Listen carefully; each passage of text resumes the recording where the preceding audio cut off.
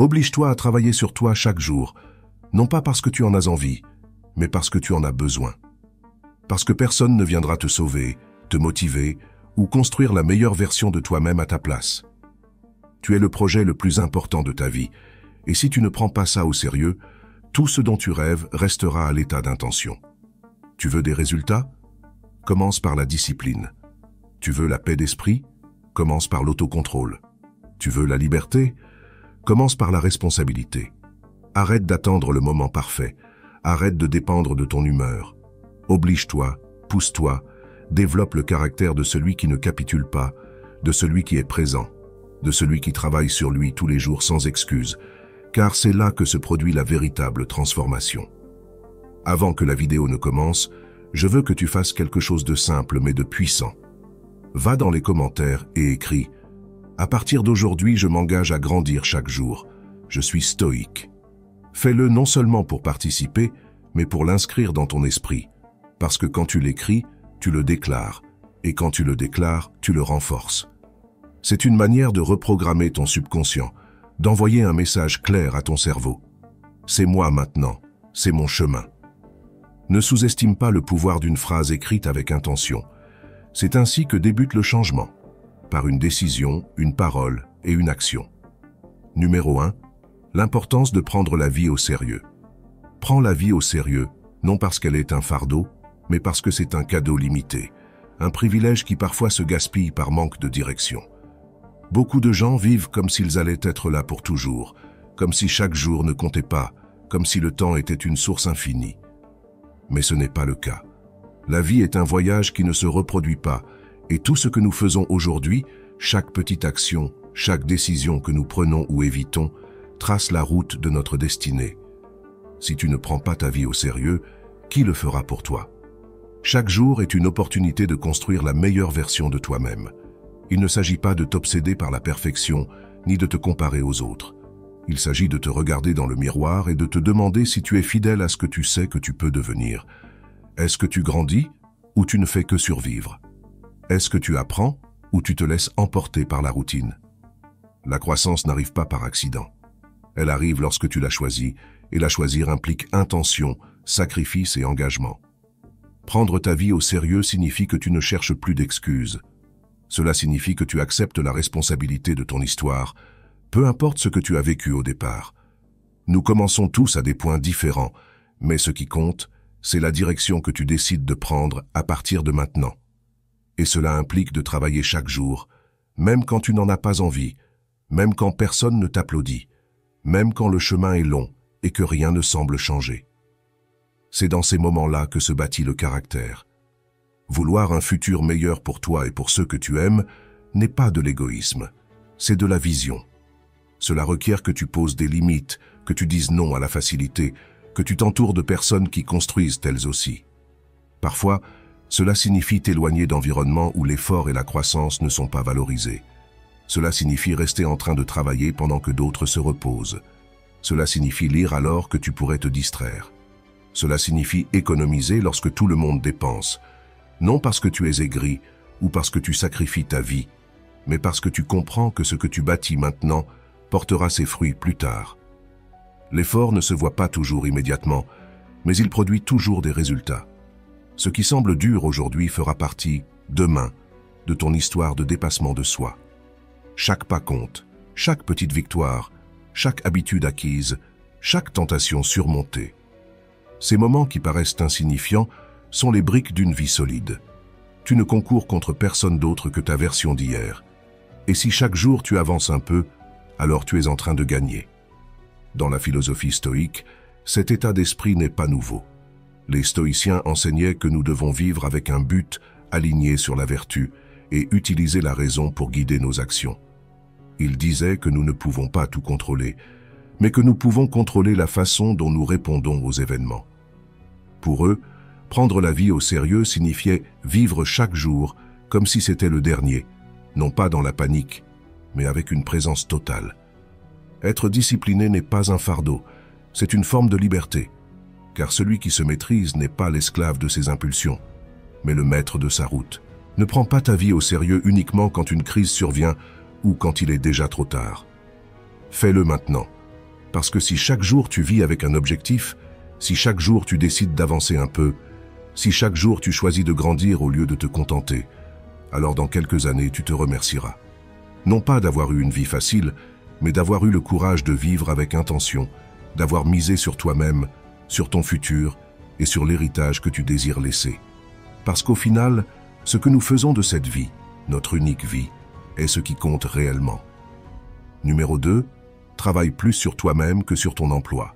Tu travailles dur dans ton emploi, tu arrives à l'heure, tu fais tes tâches, tu supportes la pression, tu fais même des heures supplémentaires. Mais combien de temps travailles-tu sur toi-même? Combien de temps consacres-tu à te connaître, à te renforcer, à élargir ton esprit et tes capacités? La plupart des gens s'épuisent pour un salaire, mais négligeant leur âme, leur croissance, leur vision. Ils mettent toute leur énergie à bâtir le rêve de quelqu'un d'autre, tandis que le leur reste enterré sous la routine, la fatigue et l'absence de direction.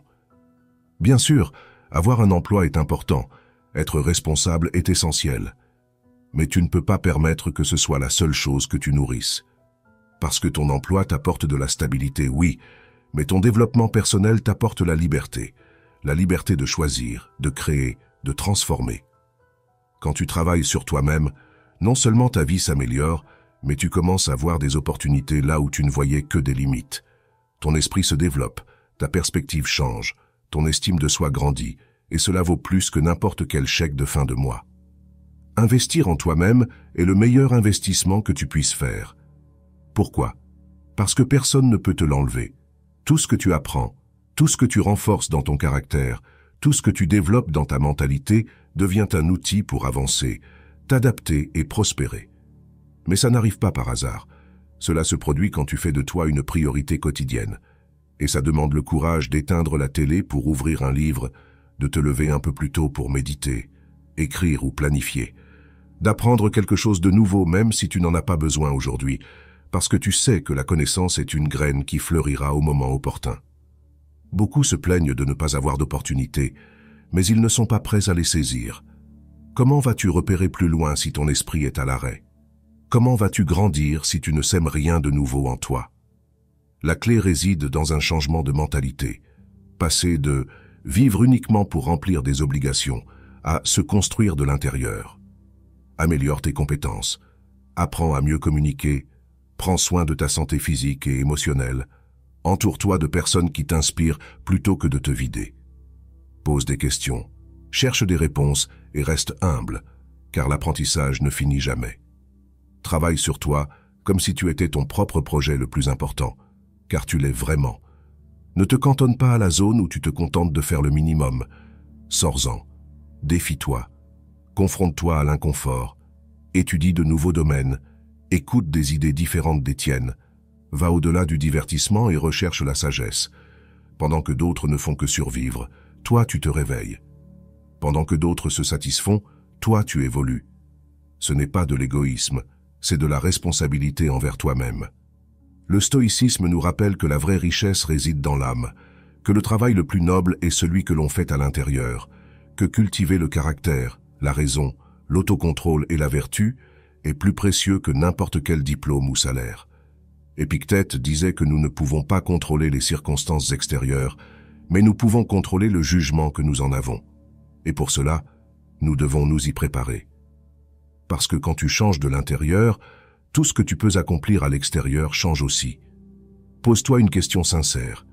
Que se passerait-il si tu te consacrais au moins 1 heure par jour rien qu'à toi, non pas à te distraire ou fuir, mais à te développer, à réfléchir, à étudier, à t'observer? Où en serais-tu dans 6 mois, dans 1 an? Le changement serait inévitable, non parce que le monde aurait changé, mais parce que toi, tu aurais changé. Et au final, c'est là le vrai pouvoir.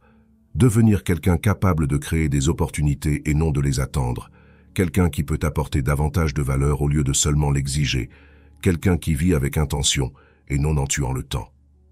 Travaille plus sur toi que sur ton emploi, car le jour où ce dernier prendra fin, la seule chose qui te restera sera la personne que tu es devenue. Et si tu as fait le travail intérieur, tu n'auras rien à craindre, parce que tu sauras que tu possèdes les outils, la vision et la mentalité pour repartir de zéro, où que tu sois, et construire quelque chose d'encore meilleur. Numéro 3. Établir des intentions si alors.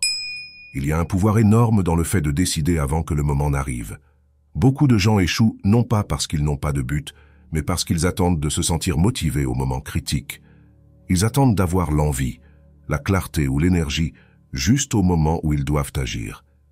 Mais la vérité, c'est que dans ces instants, l'esprit a tendance à négocier et te dit que tu peux le faire plus tard, que ce n'est pas si important, que tu es fatigué. Et si tu n'es pas préparé, tu cèdes à chaque fois. C'est là qu'intervient la clé d'établir des intentions. Si, alors. Cette stratégie apparemment simple entraîne ton esprit à agir automatiquement, sans avoir besoin de trop réfléchir. C'est comme te programmer. Si le réveil sonne à 6 heures, alors je me lève sans regarder le téléphone. Si je me sens stressé au travail, alors je respire profondément et je fais une pause. Il ne s'agit pas de motivation, il s'agit de décision anticipée.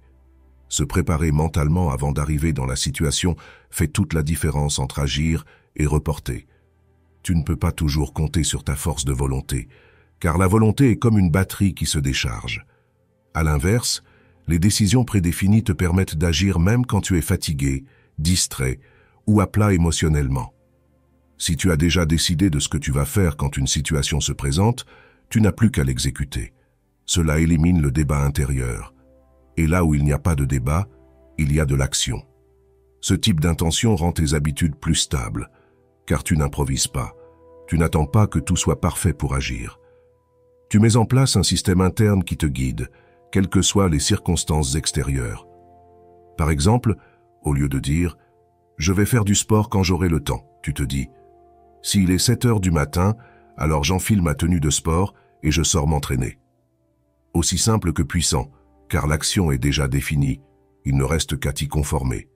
C'est également utile dans les moments difficiles, pas seulement pour les routines quotidiennes. Tu peux dire « si je reçois une critique, alors je me donne 10 secondes avant de répondre ». Ou « si je me sens tenté d'abandonner, alors je me souviendrai pourquoi j'ai commencé ». Les intentions « si alors » ne servent pas uniquement à la productivité, elles sont aussi des outils émotionnels, une manière de garder le contrôle quand l'esprit veut lâcher. Commence avec de petites choses. Tu n'as pas besoin de révolutionner toute ta vie d'un seul coup. Établis 2 ou 3 intentions que tu pourras appliquer au quotidien, écris-les, relis-les le matin, répète-les mentalement et surtout, respecte-les. Chaque fois que tu suis une intention que tu as toi-même définie, tu renforces ton intégrité personnelle. Tu montres que tu peux te faire confiance, et avec le temps, cela crée un état d'esprit inébranlable. Dans la vision stoïque, c'est un principe fondamental. Les stoïciens enseignaient que nous devions nous préparer aux événements avant qu'ils ne surviennent. Marc Aurèle notait dans ses « Pensées pour moi-même » qu'il anticipait chaque matin les difficultés possibles de la journée et se rappelait comment il devait y répondre. Cette préparation ne le rendait pas faible, elle le rendait libre. Parce que quand tu choisis ta réponse avant le chaos n'a plus de pouvoir sur toi. Les intentions « si », alors, sont un moyen moderne d'appliquer le même principe. Choisir la vertu avant que la tentation n'arrive. Ne sous-estime pas l'impact de décider à l'avance. C'est comme installer des barrières mentales qui te guident vers ta meilleure version. Parce que lorsque le moment arrive, et il arrive toujours, tu n'hésites pas, tu agis. Et chaque action que tu entreprends avec intention est un pas de plus vers la vie que tu veux construire. Ce n'est pas de la magie, c'est de la stratégie. Ce n'est pas de la chance, c'est de la préparation. Si tu répètes cela chaque jour, tu réaliseras que tu n'as pas besoin de motivation pour avancer, juste de clarté et d'engagement envers tes propres décisions. Numéro 4, le rejet des formules rapides. Nous vivons à une époque où tout le monde veut des résultats immédiats. Perds du poids en 7 jours, gagne de l'argent depuis chez toi sans effort, apprends une langue en dormant. Bien que cela semble attrayant, ces formules rapides sont un piège. Elles promettent beaucoup, mais ne construisent rien de réel. Parce que ce qui s'obtient sans effort se perd sans résistance. Et si tu n'as pas traversé le processus, tu n'es pas prêt à maintenir le résultat. Le succès réel, celui qui dure, ne se trouve pas dans les raccourcis. Il se trouve dans la constance, dans le travail silencieux, dans la pratique répétée. Il se construit dans les jours où personne ne t'applaudit, dans les moments où d'autres abandonnent, et où toi, tu décides de continuer. Mais ça ne se vend pas bien. Ce qui se vend, c'est le facile, le rapide, ce qui soi-disant ne nécessite aucun sacrifice. C'est pour ça que tant de gens vivent frustrés, sautant d'une formule à l'autre, dans l'espoir que la prochaine soit enfin celle qui changera leur vie. Mais la vérité est tout autre. Il faut apprendre, appliquer, se tromper, se relever, corriger et avancer. Ça ne sonne pas aussi passionnant, mais ça fonctionne. Parce que pendant que d'autres cherchent le raccourci, toi, tu construis des bases solides. Et ces bases ne s'écroulent pas à la première crise, à la première critique ou au premier mauvais jour, parce qu'elles sont faites de discipline, de vision, de caractère. Rejeter les formules rapides, c'est un acte de maturité. Cela signifie que tu ne cherches plus des miracles, mais des stratégies, que tu ne te laisses plus tromper par l'éclat superficiel de promesses vides. Tu sais que ce qui a de la valeur prend du temps, que ce qui est authentique demande de l'effort, et que tu es prêt à payer ce prix, car tu sais que sans le processus, il n'y a pas de fondation solide. Alors comment appliquer cela au quotidien? Change ton angle de vue. Ne cherche plus le chemin le plus court, mais le chemin le plus sûr. Investis du temps pour apprendre de vraies compétences. Lis, écoute, observe ceux qui sont déjà là où tu veux aller et intéresse-toi à leur processus, pas seulement à leurs résultats. Apprends à apprécier le travail bien fait, pas seulement la récompense immédiate. Et surtout, tiens bon quand tu as l'impression d'avancer lentement. Lentement ne veut pas dire immobile. Parfois, ce qui met le plus de temps à grandir est ce qui devient le plus robuste. Dans la perspective stoïque, cela est totalement cohérent. Les stoïciens ne croyaient pas aux récompenses instantanées. Leur objectif était la vertu, la maîtrise de soi, l'excellence intérieure. Épictète disait que si tu veux être un vrai philosophe, tu ne peux pas agir comme les autres, tu ne peux pas rechercher la facilité, le confort ou la popularité. Il faut choisir la voie difficile, parce que c'est celle du véritable progrès. Le succès extérieur était sans importance s'il n'était pas accompagné d'une excellence intérieure. Quand tu rejettes les formules rapides, tu choisis de construire une vie avec un but. Une vie qui peut-être ne progresse pas aussi vite que celle des autres, mais qui ne s'effondre pas non plus au premier obstacle. Car tu n'improvises pas, tu bâtis du concret, du tien, quelque chose qui va durer. Oui, tu mettras peut-être plus de temps à arriver, mais une fois rendu, tu seras prêt à y rester. Alors, arrête de chercher la prochaine formule magique, tu n'en as pas besoin. Ce dont tu as besoin, tu l'as déjà en toi. De la détermination, la capacité d'apprendre et la force de persévérer même quand les résultats ne se voient pas encore. Fais du travail constant ton mode de vie. Fais de la patience ton arme et fonde-toi sur des principes solides. Parce que lorsque tu fais ça, le succès cesse d'être une possibilité. Il devient une question de temps. Numéro 5. Le pouvoir de l'auto-éducation.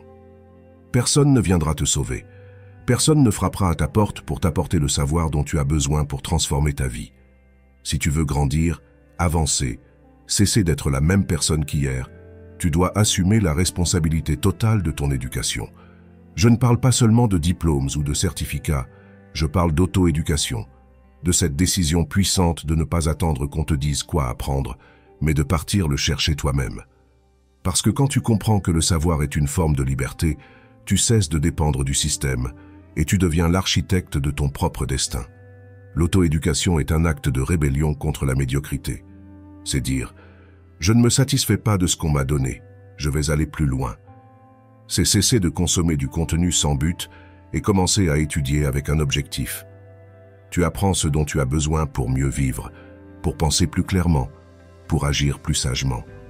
Cela te donne du pouvoir, non pas le pouvoir superficiel d'impressionner les autres, mais le vrai pouvoir de comprendre le monde et d'y trouver ta place. Aujourd'hui, tu as accès à plus de connaissances que n'importe quelle génération précédente. Mais cela implique aussi un piège, la surinformation. Tu peux passer la journée à lire des choses, à regarder des vidéos, à écouter des podcasts et ne rien apprendre du tout. C'est pourquoi s'auto-éduquer, ce n'est pas s'emplir de données, c'est avoir de la clarté. De quoi as-tu besoin? Qu'est-ce qui te motive? Quelles compétences te seront nécessaires pour le futur que tu veux construire? Quand tu as ces réponses, chaque livre, chaque vidéo, chaque conversation devient un outil que tu choisis sciemment. Il est essentiel de fixer des objectifs précis. Il ne s'agit pas d'apprendre pour apprendre, mais de relier ce que tu apprends à tes buts. Tu veux entreprendre? Apprends sur le business, le leadership, la finance. Tu veux améliorer ta communication? Étudie le langage, écoute des discours, analyse comment les messages sont construits. Tu veux mieux te comprendre? Plonge-toi dans la psychologie, la philosophie, l'écriture personnelle. Fais-le chaque jour, ne serait-ce qu'un peu, car la connaissance ne s'accumule pas en un seul jour, mais elle se construit avec la constance. Personnalise ton apprentissage. Nous n'apprenons pas tous de la même façon. Certains retiennent mieux en lisant, d'autres en écoutant, d'autres en écrivant ou en enseignant à leur tour. Apprends à te connaître, crée un système qui fonctionne pour toi, conçois tes propres routines d'études et n'attends pas de te sentir motivé à chaque fois. Fais-le parce que tu comprends que c'est vital pour ta croissance. Fais-le parce que tu t'es engagé envers toi-même, et c'est cet engagement qui te distingue.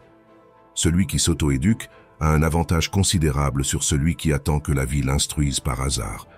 Parce que pendant que d'autres se plaignent de ce qu'ils ne savent pas, toi, tu apprends. Pendant que d'autres perdent du temps dans des distractions vides, toi, tu construis quelque chose en toi que personne ne pourra t'enlever. Et quand viendra le moment d'agir, tu seras prêt.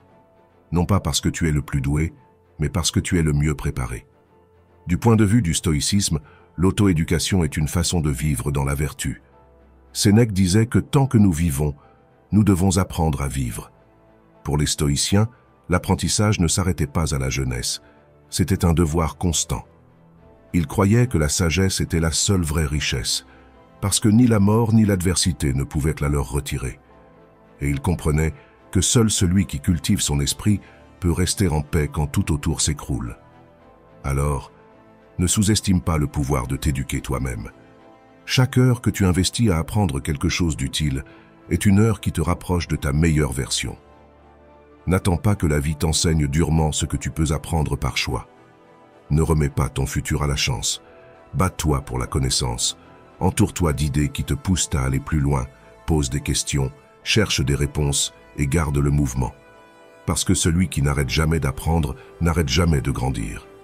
Et si tu fais de l'auto-éducation une habitude, tu verras dans quelques années que c'est cette décision qui aura tout changé. Numéro 6. Visualise tes objectifs et le processus. Ton esprit a besoin de direction, d'images claires pour savoir où aller. Il ne suffit pas de dire « je veux une vie meilleure, je veux réussir, je veux changer ». Ces mots sont vagues si tu ne les accompagnes pas d'une vision concrète. Ce que tu visualises avec clarté devient un aimant. L'esprit s'organise autour de ce que tu imagines constamment. C'est pourquoi visualiser tes objectifs n'est pas juste un simple jeu mental, c'est un outil puissant pour aligner ton attention, ton énergie et tes actions. Mais il ne suffit pas de visualiser uniquement le résultat. Il ne s'agit pas de voir seulement le succès final, l'objectif atteint ou la vie rêvée. Il s'agit aussi de visualiser le processus. C'est là toute la différence. Imagine-toi en train de te lever tôt, de faire ce que tu dois faire, même sans envie. Visualise les jours où tu chutes et comment tu te relèves. Visualise les obstacles, les doutes, les décisions difficiles, et la manière dont tu choisis de continuer malgré tout. Quand tu habitues ton esprit non seulement à voir le sommet, mais aussi la montée, tu prépares ton caractère à supporter le chemin. Ce n'est pas de la motivation vide, c'est un entraînement mental. Quand tu te vois agir avec discipline, patience, force, tu commences à intérioriser que tu en es capable. Tu commences à te forger une identité qui ne dépend pas des résultats, mais du processus, et c'est ce qui te maintient ferme quand ça devient compliqué. Parce que tu l'as déjà vécu dans ta tête, tu t'es déjà affronté à ça, du moins mentalement. Consacre 5 à 10 minutes par jour à cet exercice, ferme les yeux et projette-toi en train d'être la meilleure version de toi-même. Comment pense cette version? Comment parle-t-elle? Comment se comporte-t-elle sous pression? Quelles habitudes a-t-elle? Quelles décisions prend-elle chaque jour? Ensuite, ramène cette image dans ton présent et demande-toi « Qu'est-ce que je peux faire aujourd'hui pour m'en approcher ?» Tu n'as pas besoin de tout faire d'un coup, mais juste de poser la prochaine action avec intention. N'oublie pas de visualiser aussi les difficultés, non pas pour t'en décourager, mais pour te renforcer. Prépare-toi mentalement au cas où quelque chose ne se passe pas comme prévu, où tu aurais l'impression de ne plus tenir, où l'environnement ne te soutiendrait pas. Que feras-tu alors? Vas-tu abandonner ou t'adapter? Vas-tu perdre ta concentration ou te rappeler pourquoi tu as commencé. Quand tu entraînes ton esprit à ces scénarios, tu bâtis ta résilience avant même d'en avoir besoin. Du point de vue stoïque, cela rejoint la premeditatio malorum, l'anticipation des problèmes, non pas pour vivre dans la peur, mais pour vivre avec force. Sénèque en parlait. Imaginer à l'avance les adversités possibles pour ne pas être pris au dépourvu. Les stoïciens n'étaient pas pessimistes, ils étaient stratèges mentaux. Visualiser le processus avec ses lumières et ses ombres était pour eux un moyen de rester centré sur la vertu plutôt que sur les résultats extérieurs. Quand tu fais de cette pratique une habitude, quelque chose en toi se met à changer. Tu ne te laisses plus porter par l'immédiat. Tu n'agis plus par impulsion, tu agis avec clarté.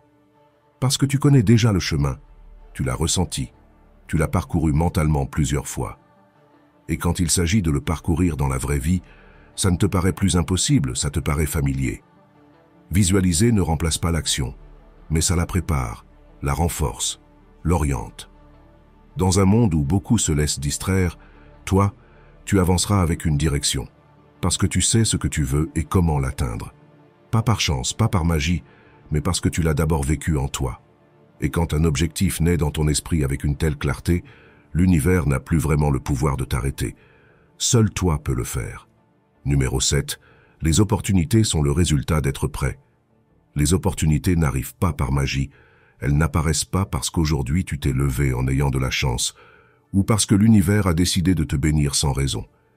Elles arrivent parce que tu t'es préparé à les recevoir. Parce que pendant que les autres se reposaient, toi, tu continuais à apprendre.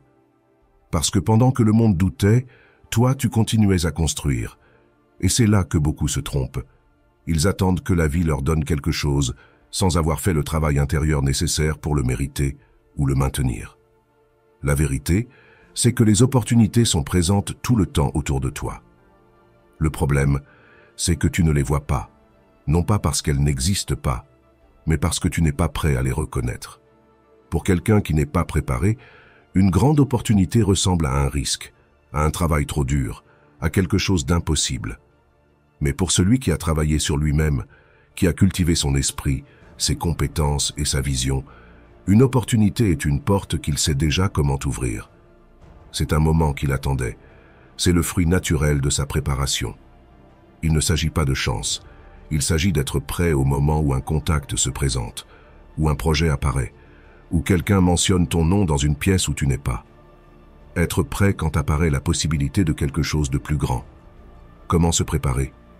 Jour après jour, sans attendre que quelqu'un te motive, sans espérer des résultats immédiats. Tu le fais parce que tu sais que le moment viendra et que, quand il viendra, tu ne permettras pas qu'il te trouve dans le doute ou dans le manque de préparation. La psychologie du succès le confirme. Le principe de la préparation-opportunité montre que ceux qui s'entraînent, étudient et se développent sans relâche finissent par générer plus d'opportunités que ceux qui attendent que tout leur tombe du ciel. Ils n'ont pas plus de chance, ils ont plus de vision, plus de préparation, donc plus de capacité à agir vite quand le moment se présente. Tu veux que plus d'opportunités apparaissent dans ta vie? Alors investis en toi chaque jour. Apprends quelque chose de nouveau, améliore tes compétences, entoure-toi d'idées ambitieuses, étudie ceux qui ont déjà parcouru le chemin que tu veux suivre. Développe un état d'esprit positif, non pas naïf mais solide, qui ne cherche pas des excuses mais des chemins. Parce que plus tu es prêt, plus sera visible ce qui était invisible avant. Beaucoup disent « Si une bonne opportunité arrivait, je donnerais tout ». Mais la réalité, c'est que tu ne sauras jamais si tu pourrais tout donner si tu n'y es pas préparé. Es-tu prêt aujourd'hui à soutenir le succès que tu désires tant? Es-tu prêt pour le niveau d'exigence, de responsabilité, de décision difficile qu'il implique? Si tu ne l'es pas, cette opportunité te passera sous le nez. Peut-être même ne la verras-tu pas. Et le problème ne viendra pas de la vie, mais de ton manque de préparation. Les stoïciens comprenaient cela en profondeur. Ils n'attendaient pas que les circonstances extérieures soient favorables. Ils cherchaient à être prêts intérieurement, quoi qu'il arrive.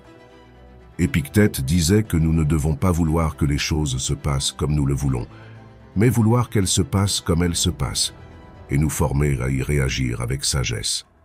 Pour les stoïciens, la véritable opportunité résidait dans chaque moment présent, chaque instant où il pouvait pratiquer la vertu, le contrôle de soi et l'excellence.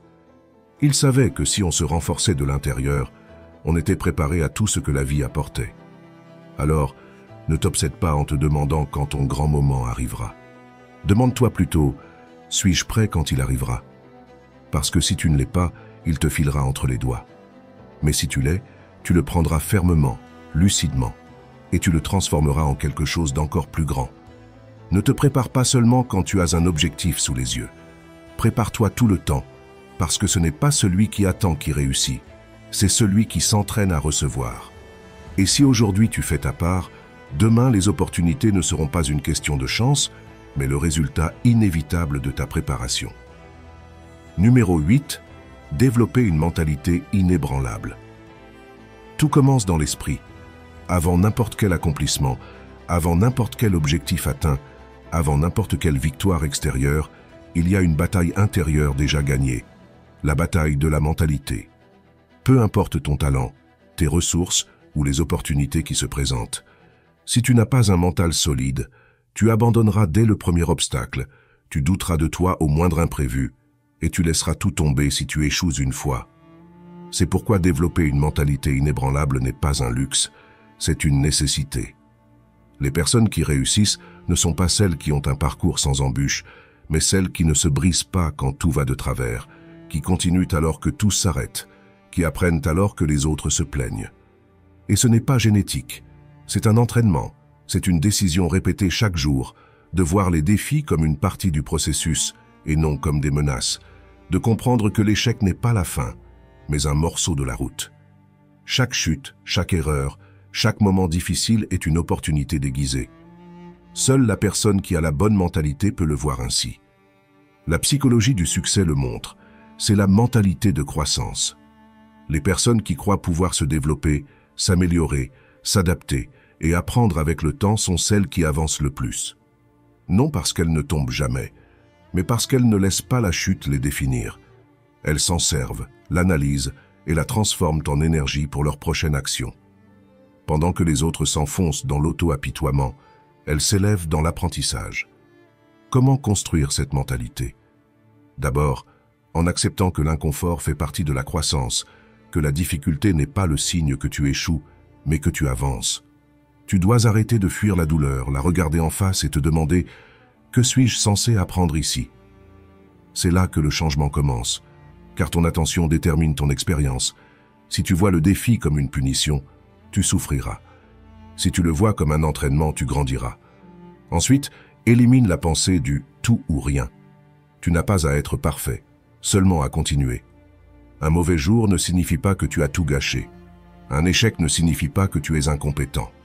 Cela veut juste dire que tu es en chemin et que ce chemin est précisément ce qui te façonne. Chaque jour où tu décides de ne pas lâcher, ton mental se renforce. Chaque jour où tu choisis d'apprendre plutôt que de te plaindre, ton caractère se solidifie. Voilà la mentalité inébranlable, celle qui se construit au cœur de la tempête, pas à l'écart. Du point de vue stoïque, cette vision est parfaitement cohérente.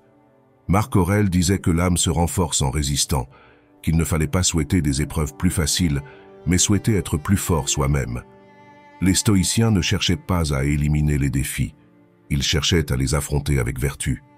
Pour eux, la véritable liberté n'était pas d'éviter la souffrance, mais de maîtriser l'esprit qui l'interprète. Quand tu y parviens, plus rien ne t'arrête. Tu peux tout perdre à l'extérieur, mais si tu restes solide à l'intérieur, tu as déjà gagné. Fais du progrès ton objectif. Ne t'obsède pas sur des résultats rapides. Concentre-toi pour t'améliorer un peu chaque jour. Apprends à avoir confiance en toi, non parce que tout va bien, mais parce que tu sais que tu ne vas pas abandonner. Il y aura des jours difficiles, des moments de doute. Mais si ta mentalité est bien enracinée, tu avanceras, non pas grâce à la motivation, mais grâce à la conviction. Et c'est cela qui te mènera loin, parce que le talent peut ouvrir des portes, mais seule une mentalité solide te maintient à l'intérieur. L'enthousiasme peut lancer un projet, mais seule la résilience le fait tenir. Alors, entraîne ton esprit comme le muscle le plus précieux que tu as, car il l'est vraiment. Et quand tu le feras, tu verras qu'il n'existe aucun obstacle trop grand pour quelqu'un qui a décidé de ne jamais se briser. Numéro 9. Définir des objectifs avec un but. Un objectif sans but n'est qu'une phrase jolie dans un carnet. C'est pour cela que tant de gens commencent avec enthousiasme mais s'éteignent en cours de route. Ce n'est pas qu'ils n'ont pas de talent ou de temps, c'est qu'ils n'ont pas de raison profonde pour soutenir leur motivation quand elle faiblit. Parce que la motivation est instable, mais le but est un carburant. Quand tu sais pourquoi tu fais ce que tu fais, tu n'as plus besoin de ressentir l'inspiration en permanence. Tu agis même sans envie, parce que tu comprends que ce que tu fais a du sens. Définir des objectifs avec un but signifie aller au-delà du résultat. Ce n'est pas juste dire « je veux perdre du poids, je veux gagner plus d'argent, je veux réussir ». C'est te demander « qu'y a-t-il derrière cela? Pourquoi veux-tu perdre du poids? Pour ta santé? Pour avoir plus d'énergie?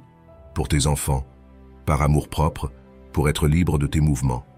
Que représente pour toi la réussite, la reconnaissance, l'impact, la tranquillité financière, la contribution?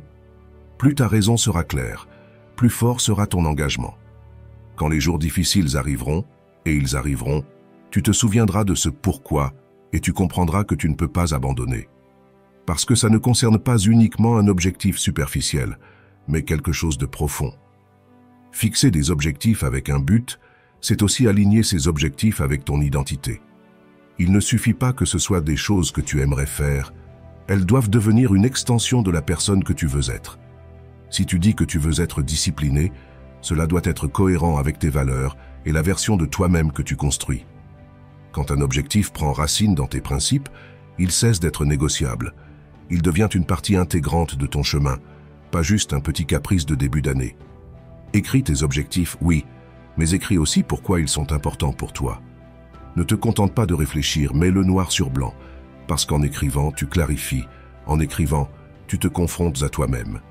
Ne t'arrête pas à une raison superficielle. Demande-toi, qu'est-ce que cela va changer dans ma vie si j'accomplis cet objectif? À quoi ressemblera ma vie? Comment vais-je me sentir?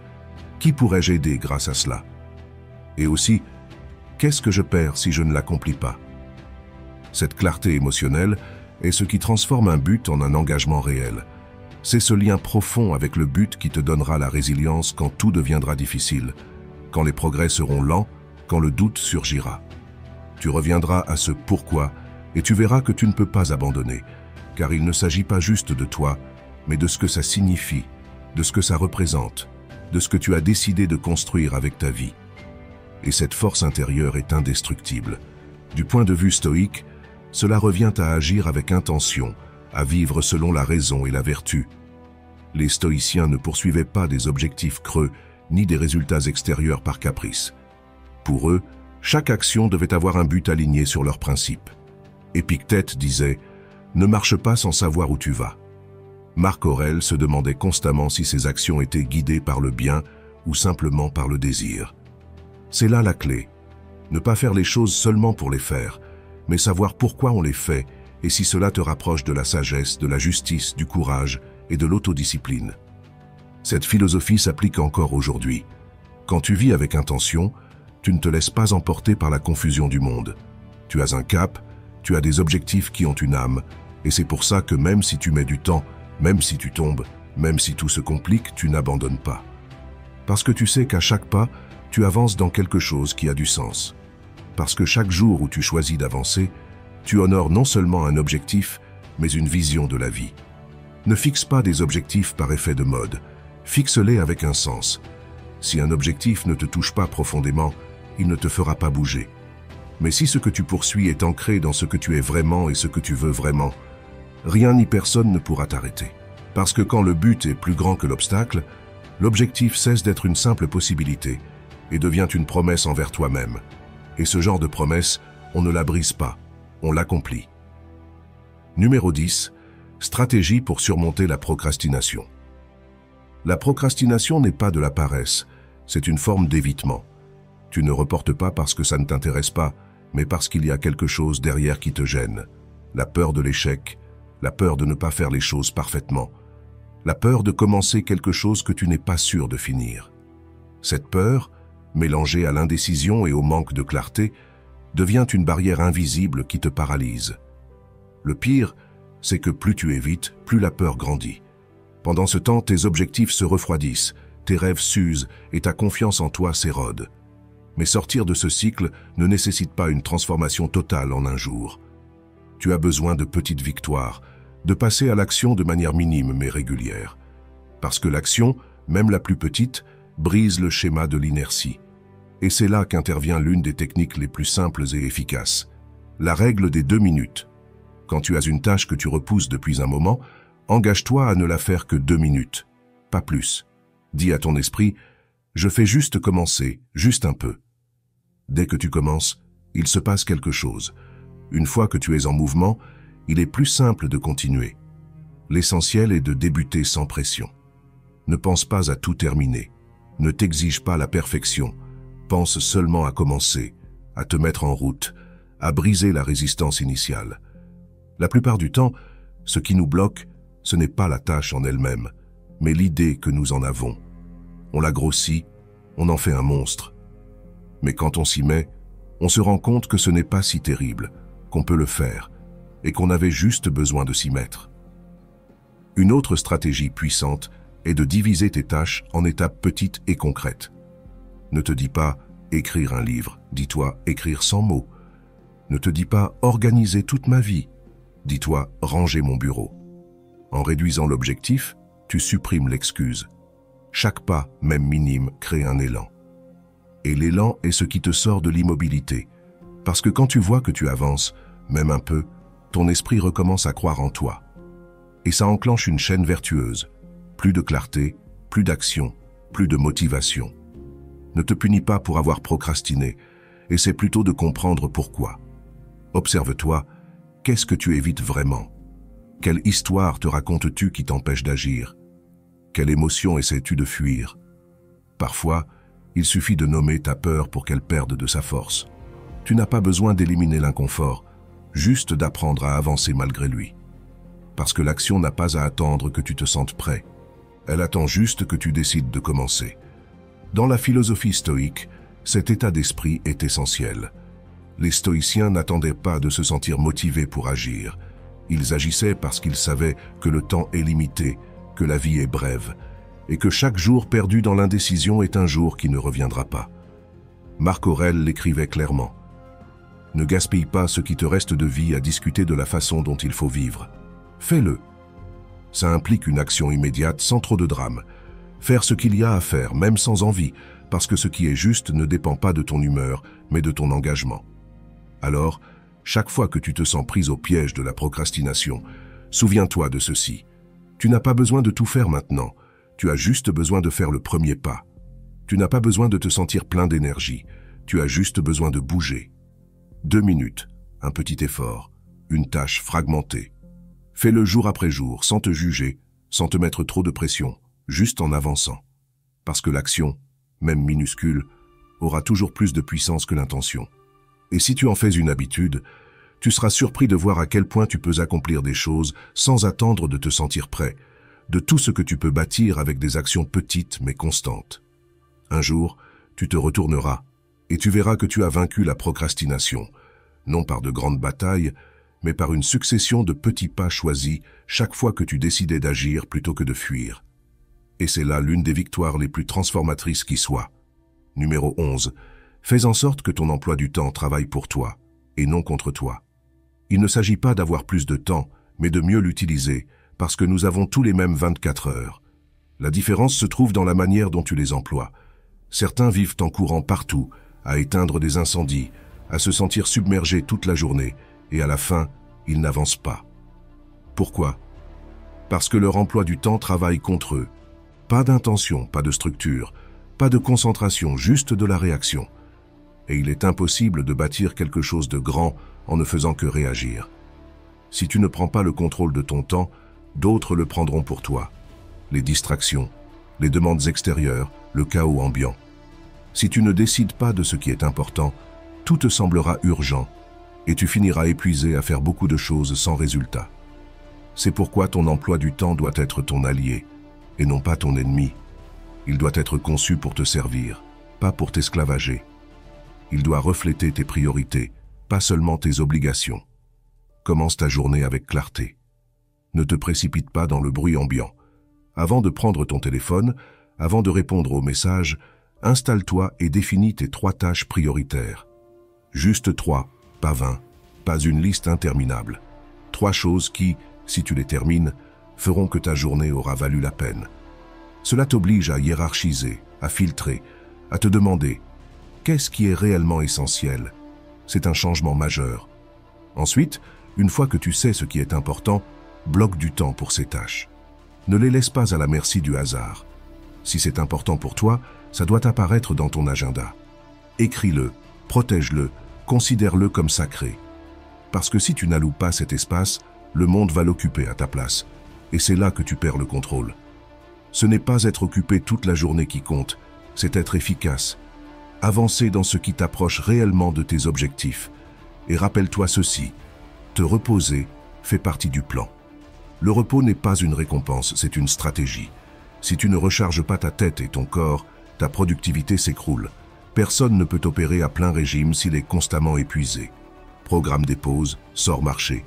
Médite quelques instants, respire. Ton esprit clair vaut plus que 10 heures d'activité sans direction. Quand tu utilises ton temps avec intention, tout change. Tu ne te sens plus victime de ta journée, tu te sens maître. Tu commences à voir des résultats. Tu as de l'espace pour réfléchir, créer, profiter. Tu cesses de courir après l'horloge et tu marches au même rythme qu'elle, parce que chaque tranche horaire a un but, une intention, une direction. Du point de vue stoïque, ce n'est pas nouveau. Les stoïciens accordaient une grande importance au temps. Sénèque disait que nous ne perdons pas seulement du temps en ne faisant rien, mais aussi en le consacrant à ce qui ne compte pas. Pour eux, le temps était la ressource la plus précieuse, plus que l'argent ou la renommée. Celui qui le gaspillait, gaspillait sa vie. C'est pourquoi ils insistaient pour vivre en pleine conscience, pour agir avec intention et ne pas se laisser emporter par l'inutile. Fais en sorte que ton emploi du temps reflète la vie que tu veux bâtir, qu'il soit un outil de ton évolution et pas un fardeau. Tu n'as pas besoin de le remplir de tâches pour te sentir productif. Remplis-le de ce qui compte, du travail essentiel, des moments de connexion, d'apprentissage, de repos conscient. Chaque jour est une opportunité de peaufiner cet équilibre. La différence entre progresser et stagner ne réside pas dans le nombre d'heures que tu travailles, mais dans la qualité de ton focus pendant ces heures. Alors, prends le contrôle.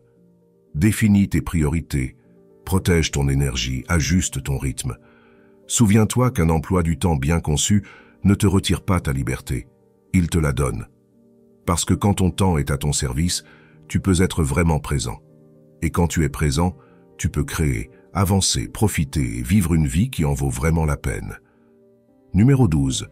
Apprendre de ses expériences personnelles et de celles des autres. Chaque expérience a quelque chose à t'enseigner, mais tout le monde n'est pas disposé à écouter. Nous vivons si vite, tellement distraits, focalisés sur la prochaine chose, qu'on oublie de regarder en arrière avec intention. Et c'est pourtant là, sur le chemin parcouru, que se trouve la sagesse que nous cherchons. Apprendre de tes propres expériences est l'un des actes de transformation les plus puissants que tu puisses faire.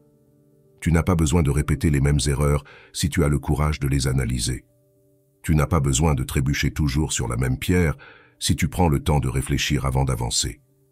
Mais ce n'est pas simplement regarder le passé avec culpabilité ou nostalgie, c'est le transformer en professeur. Demande-toi, qu'ai-je appris de cet échec? Qu'est-ce que cette relation ratée m'a enseigné? Qu'est-ce que cette erreur, qui m'a fait tout recommencer, m'a montré? Toutes ces situations ont un message caché, et si tu ne le captes pas, la vie te le redonnera encore et encore, jusqu'à ce que tu comprennes. Parce que c'est comme ça que la vie fonctionne. Elle te fait passer le même examen jusqu'à ce que tu le valides. Cependant, tu n'es pas obligé d'apprendre uniquement de ta propre douleur. Il y a quelque chose de plus intelligent encore. Apprendre de l'expérience des autres. Observer, écouter, faire attention au chemin déjà parcouru par d'autres. Parce que le temps que quelqu'un d'autre a passé à se tromper peut t'épargner des années, si tu es prêt à mettre ton ego de côté. Ne pense pas que tu doives tout vivre toi-même pour comprendre. Parfois, il suffit d'avoir l'humilité de regarder avec attention. Les gens laissent des indices dans leurs histoires, leurs échecs, leurs conseils sincères. Si tu es entouré de quelqu'un qui a déjà traversé ce que tu vis, ne gaspille pas cette opportunité. Pose des questions, écoute, observe comment il a réagi, ce qu'il referait différemment, ce qu'il a appris. Ne balaye pas tout d'un revers de main en te disant que, pour toi, ce sera différent. Peut-être que oui, peut-être que non. Et si tu peux avancer avec plus de clarté grâce à l'expérience de quelqu'un d'autre, pourquoi t'en priver? Applique cela au quotidien. Réfléchis. N'attends pas d'avoir du temps libre pour regarder en toi. Chaque soir, fais une pause et demande-toi « Qu'est-ce que j'ai appris aujourd'hui? Qu'ai-je bien fait? Qu'est-ce que je peux améliorer ?» Puis observe ce qui est arrivé autour de toi. Qu'est-il arrivé à mes proches? Qu'est-ce que je peux en tirer comme leçon sans devoir traverser la même souffrance? Cette observation et cette réflexion constante te rendent sage parce que tu n'agis plus par impulsion. Tu agis en tenant compte de l'expérience, la tienne ou celle d'autrui. Du point de vue stoïque, c'est un principe fondamental. Épictète disait « Est sage non seulement celui qui apprend de sa propre expérience, mais aussi celui qui apprend de celle des autres. » Les stoïciens pratiquaient la révision quotidienne. Marc Aurèle écrivait dans ses « Pensées pour moi-même », non pas pour publier un livre, mais pour s'analyser, se corriger, se peaufiner. Il considérait que chaque jour est une leçon, chaque interaction un test, chaque erreur une chance de s'améliorer. Il ne cherchait pas à vivre sans faute, mais à ne pas les répéter. Et s'il pouvait les éviter grâce à l'expérience d'un autre, c'était encore mieux. Si tu fais de cette habitude un pilier de ta vie, tu verras un changement radical. Tu commets moins d'erreurs, tu prends de meilleures décisions, tu as plus de clarté. Non pas parce que tu es parfait, mais parce que tu ne laisses plus la vie te frapper aussi fort pour comprendre. Tu as déjà appris en faisant attention, tu as déjà absorbé les leçons, et ça te permet d'avancer plus léger, plus centré, plus intelligent.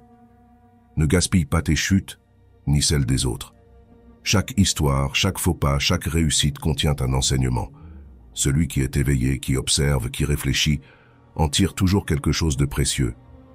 Tu n'es pas là pour seulement accumuler des expériences, mais pour les transformer en sagesse. Alors sois attentif, prends des notes, apprends, parce que la vie te parle en continu.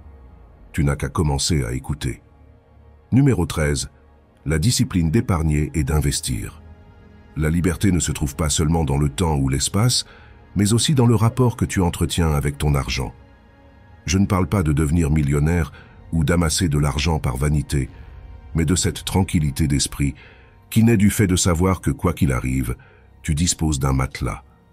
Que si un jour tout bascule, tu ne paniqueras pas, parce que tu as été avisé, tu as eu de la discipline, tu as anticipé.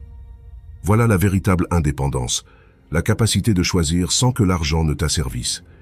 Épargner n'est pas une punition, ce n'est pas se priver de vivre, c'est s'assurer de pouvoir vivre avec sérénité demain. Parce que le problème n'est pas combien tu gagnes, mais combien tu conserves. Tu peux gagner beaucoup et rester prisonnier. Tu peux gagner peu et commencer à bâtir quelque chose de solide. La différence réside dans tes habitudes, ta discipline, ta vision. Si tu veux réellement la liberté, tu dois voir l'épargne non pas comme un effort, mais comme une stratégie. Commence par la base. Tu n'es pas obligé d'épargner la moitié de ton salaire du jour au lendemain. Et c'est déjà 10%. Si tu peux plus, fais-le. Si c'est seulement 5%, c'est déjà un début. Le plus important est de forger l'habitude. Automatise-la si possible. Que cet argent sorte de ton compte avant même que tu ne puisses y toucher, parce que si tu attends de voir s'il en reste à la fin du mois, il n'en restera jamais. L'épargne vient d'abord. C'est ta façon de dire « Je protège mon futur, je me respecte ». Ensuite, une fois que tu commences à épargner, passe à l'étape suivante. Investis. Parce qu'épargner est essentiel, mais si ton argent ne fait que dormir, il perd de la valeur avec le temps. L'objectif n'est pas seulement de le garder, mais de le faire fructifier. Apprends à investir. Tu n'as pas besoin de devenir expert, mais tu dois connaître les fondamentaux. Investis dans ce que tu comprends, ce que tu peux gérer, puis élargis peu à peu ton champ de connaissances. L'argent qui travaille pour toi est un argent qui, à la longue, te procure de la liberté. Construire une base financière solide ne te protège pas seulement, cela te donne du pouvoir. Le pouvoir de dire non, le pouvoir de prendre des risques intelligents, le pouvoir de changer de cap si quelque chose ne va pas. Celui qui n'a aucun contrôle financier se retrouve souvent coincé dans des situations qu'il déteste, juste parce qu'il a besoin de ce chèque à la fin du mois. Celui qui a été discipliné, patient, qui a mis de côté peu à peu possède des options. Et avoir des options est une forme subtile mais puissante de liberté. Dans le stoïcisme, on ne parlait pas directement de finances comme aujourd'hui, mais le principe reste le même. Les stoïciens mettaient en avant l'autosuffisance, la modération, le contrôle de ses désirs. Sénèque, qui était pourtant l'un des hommes les plus riches de son époque, mettait en garde contre le danger de dépendre du luxe ou de vivre au-dessus de ses moyens. Pour lui, la véritable richesse n'était pas d'avoir beaucoup, mais de se satisfaire de peu. Ce principe est toujours valable. Si tu gères bien tes ressources, si tu es sage avec ton argent, tu n'en es pas l'esclave. Fais de ta discipline financière un acte d'amour-propre. N'épargne pas juste par obligation, mais parce que tu te valorises, parce que tu comprends que tu mérites de dormir tranquille, sans crainte des imprévus, parce que tu veux avoir la possibilité d'aider les autres, d'investir dans tes idées, de prendre des décisions depuis l'abondance plutôt que depuis l'urgence. Cette mentalité te donne un avantage, elle te rend plus fort et te prépare à un futur que la plupart laissent au hasard. Oui, ça prendra du temps, il te faudra de la patience, mais chaque euro que tu mets de côté aujourd'hui est un pas de plus vers ton indépendance. Chaque investissement fait avec intelligence est une graine qui poussera au fil du temps. Et lorsque surviendra le jour où d'autres seront bloqués, toi, tu auras le choix. Parce que tu n'as pas attendu, parce que tu n'as pas dépensé sans compter, parce que tu as eu la vision et la discipline de construire quelque chose de ferme. Voilà la vraie richesse, celle que tu bâtis avec intention. Numéro 14. Utilise la gratification différée. Ce qui a le plus de valeur dans la vie ne s'obtient pas immédiatement. La plupart des choses vraiment importantes, le succès, la discipline, la liberté financière, l'épanouissement personnel, exigent une compétence cruciale, savoir attendre. Mais pas attendre passivement, plutôt attendre tout en travaillant, tout en construisant, sans voir de résultats immédiats. C'est ce qu'on appelle la gratification différée, et c'est l'une des habitudes qui distingue ceux qui obtiennent ce qu'ils veulent de ceux qui restent prisonniers du plaisir instantané. Nous vivons dans un monde qui valorise la rapidité. Tout est accessible d'un clic. La nourriture, le divertissement, la validation, tout est instantané. Mais cette vitesse a un prix. Plus tu t'habitues à l'immédiat, plus ta capacité de résister, de persister, de reporter la récompense s'affaiblit. Et sans cette capacité, tes objectifs s'écroulent dès qu'une distraction apparaît. Pour réussir quelque chose de grand, tu dois t'entraîner à retarder le plaisir, non pas à l'éviter complètement, mais à le mériter. La règle est simple. D'abord l'action, puis la récompense. Pas l'inverse. Ne regarde pas ta série avant d'avoir étudié. Ne mange pas ton dessert avant d'avoir fait du sport. Ne sors pas t'amuser avant d'avoir accompli ce que tu t'étais promis de faire. Utilise ces petits plaisirs comme récompense, pas comme fuite. Ainsi, tu reprogrammes ton esprit, parce que tu cesses d'associer l'effort à la souffrance et tu commences à comprendre que le résultat en vaut vraiment la peine, car c'est toi qui l'as rendu possible. Pratiquer la gratification différée renforce ton autodiscipline, qui, à son tour, peut être travaillée comme un muscle. Chaque fois que tu choisis d'attendre, que tu postposes la récompense, tu deviens plus fort mentalement. Et cela te prépare à résister à des tentations plus grandes, à prendre de meilleures décisions, à agir avec une vision à long terme. Car pendant que d'autres cèdent au premier élan, toi, tu penses à la suite. Tu veux appliquer ça dans ta routine? Fais-le simplement. Établis une règle claire avec toi-même. Je ne m'accorde pas ceci tant que je n'ai pas fait cela. Par exemple, je ne regarde pas mon téléphone tant que je n'ai pas fini mon bloc d'études. Je ne bois pas mon café tant que je n'ai pas lu 10 pages. Je ne vérifie pas mes réseaux tant que je n'ai pas envoyé ce mail que je repousse depuis si longtemps. Ça paraît insignifiant, mais ça change tout, parce que ça montre qui est aux commandes, toi ou tes impulsions. Dans le stoïcisme, c'est exactement ce qu'ils pratiquaient. Les stoïciens n'étaient pas contre le plaisir, mais ils savaient que se laisser mener par lui représentait une faiblesse. Marc Aurèle disait que nous devions agir selon ce qui est rationnel et juste, non selon ce qui nous tente à l'instant. Épictète enseignait que la vraie liberté consiste à savoir dire non à ce qui semble plaisant sur le moment, mais qui ne nous fait pas de bien. Pour eux, Se dominer soi-même était une vertu essentielle. Et la gratification différée en est une manifestation directe. Plus tu développes cette discipline, plus tu bâtis la confiance en toi. Parce que tu n'es plus esclave de tes pulsions, tu ne vis plus de façon réactive, tu vis selon une intention. Tu prends tes décisions en sachant qu'il y a quelque chose de plus grand que le simple fait de te sentir bien à l'instant T. Avec le temps, cela te mènera à des lieux que la plupart des gens n'imaginent même pas, parce que ce que tu retardes sagement aujourd'hui te récompensera grandement demain. Bien sûr, il y aura des moments où tu voudras abandonner, où tu te diras « juste cette fois, juste un peu, ce n'est pas grave ». Mais si, à ces moments, tu te rappelles qu'à chaque fois que tu choisis la facilité, tu repousses ce qui est important, alors tu choisiras différemment. Parce que tu ne recherches plus le confort, tu recherches ce qui a du sens, ce qui fait grandir. Et ça, c'est la vraie victoire. Se dominer soi-même quand personne ne nous regarde. Alors commence dès aujourd'hui. Ne te prive pas du plaisir, mais gagne-le. Utilise la gratification différée comme système d'entraînement mental. Avec le temps, tu verras non seulement que tu accomplis plus de choses, mais aussi que tu deviens quelqu'un de plus fort, plus concentré, plus libre. Parce que celui qui sait attendre sait gagner. Numéro 15. Répète, répète et répète, répète, répète et répète. Il n'y a pas de magie, pas de secret caché. Ce qui transforme ta vie, ce n'est pas ce que tu fais une fois avec enthousiasme, mais ce que tu répètes chaque jour avec intention. Ce que tu fais régulièrement devient ton identité. Si tu t'entraînes tous les jours, tu finis par devenir quelqu'un de fort. Si tu nourris ton esprit quotidiennement, tu deviens quelqu'un de sage. Si tu agis avec discipline chaque jour, tu deviens quelqu'un de fiable. Il ne s'agit pas d'intensité, mais de constance. Le problème, c'est que beaucoup sous-estiment le pouvoir du petit geste quotidien. Ils pensent que s'ils ne font pas quelque chose de grandiose, ça ne compte pas. Pourtant, c'est l'inverse. Ce qui change réellement ta vie, ce sont ces actions simples que tu répètes encore et encore, jusqu'à ne plus avoir besoin de motivation pour les faire. Elles deviennent une partie de toi, et là, l'effort diminue, mais l'impact se multiplie. Choisis une seule habitude, pas 10. Ne tente pas de changer toute ta vie d'un coup. C'est la voie directe vers l'épuisement et l'abandon. Trouve celle qui, si tu l'adoptes, en entraînera d'autres. Peut-être méditer 5 minutes, écrire une page par jour, lire 10 minutes chaque matin ou te lever à heure fixe.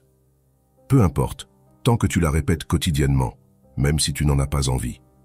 Surtout si tu n'en as pas envie. La répétition est la mère de la transformation. Tu ne verras pas de résultat immédiatement. En fait, tu auras même l'impression de ne rien accomplir. Mais ça aussi, ça fait partie du processus. Parce que tu n'entraînes pas seulement ton corps ou ton esprit, tu entraînes ton caractère, tu envoies un message intérieur. Je peux compter sur moi, je fais ce que j'ai dit que je ferais. Et quand tu deviens quelqu'un de fiable envers toi-même, tout se met à changer. Il ne s'agit pas de perfection, mais de présence. Être là tous les jours, et si tu échoues, tu recommences. Si tu es en retard, tu rattrapes. Si tu doutes, tu continues. Parce que tu sais que la répétition est la clé, que la constance est la preuve de ton engagement. Ce qui te demande un effort aujourd'hui sera automatique demain, et c'est ça la force de la répétition. Elle transforme ce qui est difficile en naturel, ce qui est étrange en familier, ce qui est nouveau en partie de toi. Si tu as un doute, réfléchis. Comment es-tu devenu celui ou celle que tu es aujourd'hui? Par des habitudes répétées, bonnes ou mauvaises. Toutes les pensées que tu as habituellement, les émotions qui reviennent, tes réactions, tout cela s'est ancré avec le temps grâce à la répétition. Alors si tu répètes déjà des choses chaque jour, pourquoi ne pas choisir consciemment quoi répéter? Du point de vue stoïque, cette pratique est essentielle. Marc Aurèle écrivait tous les jours, non pas pour les autres, mais pour lui-même. Il répétait des rappels, des réflexions, des principes, car il savait que l'esprit a besoin de répétition pour ancrer ce qui est précieux. Épictète enseignait que comprendre une idée ne suffit pas. Il faut la vivre, la pratiquer, y revenir encore et encore. Parce que la vertu n'est pas seulement une pensée noble, c'est une habitude, une manière d'être qui se bâtit en répétant constamment ce qui est juste. Fais de ta répétition quotidienne une affirmation d'identité. Tu ne te contentes pas d'adopter une habitude, tu décides de qui tu es en train de devenir. Tu bâtis une nouvelle version de toi à partir des gestes les plus simples, en étant présent chaque jour. Parce que celui qui répète finit par gagner, non pas parce qu'il a plus de talent, mais parce qu'il ne lâche pas. Chaque jour où il répète, il s'éloigne un peu plus de l'ancien lui et se rapproche de la meilleure version de lui-même. Alors, ne cherche pas des résultats immédiats, cherche des habitudes solides. Ne te focalise pas sur ce que tu vas accomplir ce mois-ci, mais sur ce que tu es prêt à répéter pendant des années. Parce que c'est ça, la formule, l'action répétée avec intention, jour après jour, pas besoin de motivation, sans attendre de reconnaissance. Juste toi, ton engagement et la décision quotidienne de continuer. Répète, répète et répète, et un jour, sans t'en rendre compte, tu auras changé, grandi, et tu te seras transformé. Si tu es arrivé jusqu'à la fin de cette vidéo, on voit bien que tu es engagé dans ta croissance, et ça te place déjà dans une autre catégorie. Maintenant, je veux que tu renforces cet engagement en laissant en commentaire cette phrase. À partir d'aujourd'hui, je m'engage à grandir chaque jour. Je suis stoïque. Fais-le pour sceller cela dans ton esprit, pour ne pas que ça reste une simple idée, mais que ça devienne une décision. Écris-la, relis-la chaque fois que nécessaire.